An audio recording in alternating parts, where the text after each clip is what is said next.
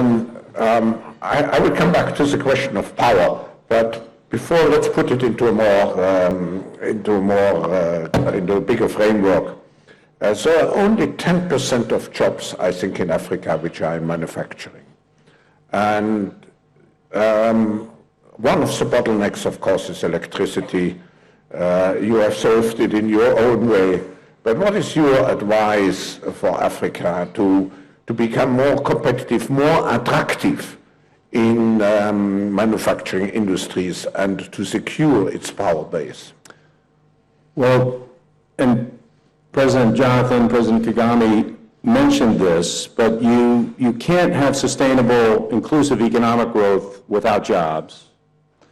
And there's a complicated transfer function that leads to the creation of the kind of jobs that deliver sustainable, inclusive economic growth. But it starts with electricity, healthcare, clean water, because without that, you don't have the human capital that you need to develop to do those jobs, to manufacture. And we had an experience last year, which I think is important and indicative right here in Nigeria. We broke ground on a manufacturing facility in Calabar.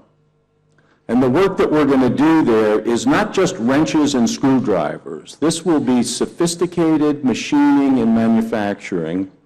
And the emphasis that President Jonathan and his colleagues put on capacity creation in this manufacturing center, the training and the development to create the right kind of jobs, but not just for the manufacturing that would take place there, also for the supply chain, with as much of that coming from Nigerian companies as possible. That's what companies like ours have to be doing. This is no longer about turning screwdrivers and wrenches. This is now about sophisticated machining, world-class processes, which we think we can do here as well as we can do anywhere. And the reason they have to be world-class is because some of the stuff we do at that facility goes to support our projects with the Dangote group. And he's a tough negotiator. He demands the best from us. And whether we do it in Nigeria or we do it in some other country, it has to meet that standard. So the point is, it can be done, but the fundamental building block is electricity, healthcare, clean water, the basics that we take for granted in some countries but are so missing in other countries. Simple decisions about the availability of fuel, offtake agreements which allow for a reasonable risk-adjusted return. We can complicate it if we want to, but it's very simple. If you put those basic things in place, you will have investors who want to build the power projects, and you will have manufacturers that want to come here and grow with the country.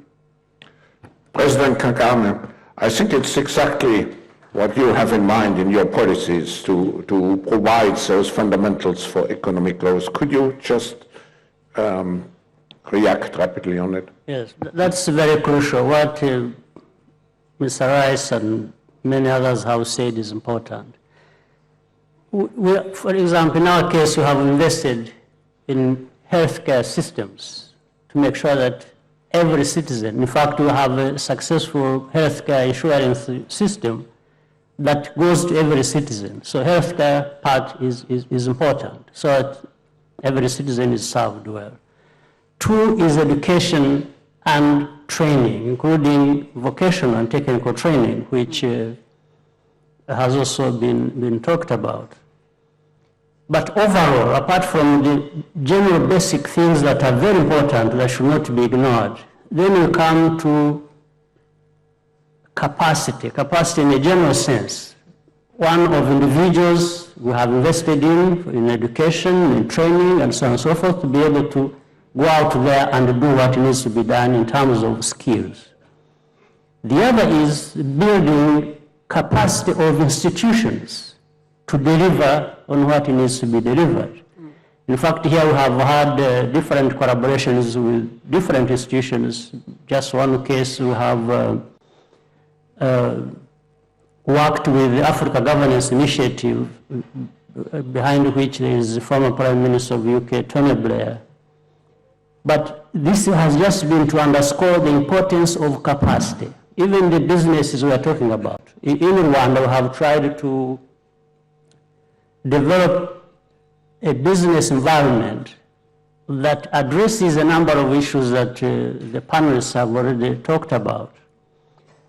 How does business benefit the investors, the people doing the business who want to make their money? But at the same time, this business must also benefit the citizens. How does the linkage get created?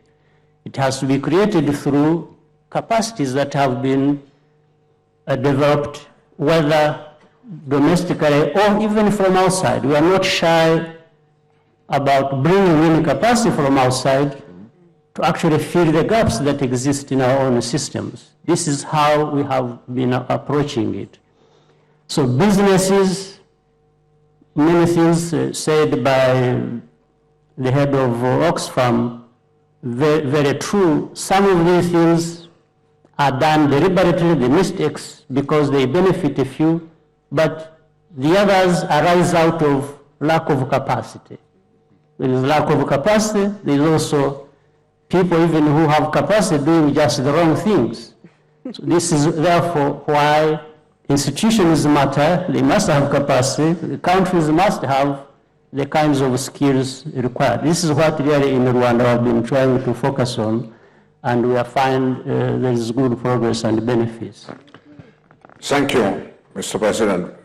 We unfortunately are at the end of allocated time, and we could continue this discussion quite considerably.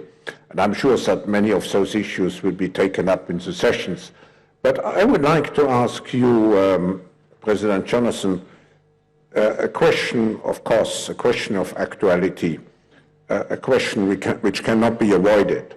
We need, of course, the basic ingredients like food, water, health, and so on, but we need also security. And President, would you care to say some words about the difficulty in such a large country like yours to provide this security aspect? Thank you. Of course, the security is quite challenging, especially looking at the terror attacks recently. The greatest problem Nigeria faces now in terms of the security is this issue of terrorism and kidnapping for ransom. Unfortunately, these are fairly recent in the evolution of security issues in the country. And I can say we are not defending what we are doing or what we have done before. Every nation builds capacity based on the challenges you have. The first time a Nigerian was involved in terror was December 2009, where a Nigerian young man, though he grew up abroad, wanted to bring down a plane that was to go to the US. And the reaction of Nigerians then that, oh no, this is strange, I think, because this boy grew up outside this country, because he came from a very wealthy family. So it's not issue of poverty, but issue of extremism. We never knew that we are really moving into crisis. So what I'm saying is that now we are confronted with a strange phenomenon that was never a part of our problems. So it takes time for you to train the people, it takes time for you to build a security architecture. And that is what we are improving on every day. Not too long ago, I gave a total approval of over $1 billion for us to acquire what we require. That is just not enough. But I'm just giving an example, because these challenges are a bit recent. And I can guarantee that we'll surely bring this under control. Yes, it's difficult for any nation to say that you have a massive plan to wipe out issues of security challenges. Otherwise, maybe a place like US with the money and technology, people wouldn't have been shot today. We hear people being shot today and so on. So no one president can say, yes, in a year, in a month, that my country, there will be absolute peace. But we are working hard, we are training our people, we are building capacity, because we are getting assistance from others that have experienced terror, and they are willing to assist us. I personally have discussed with a number of heads of states, our government in all the big countries where they have the technology. So these are the areas we are building. As we progress, this will continue to come down.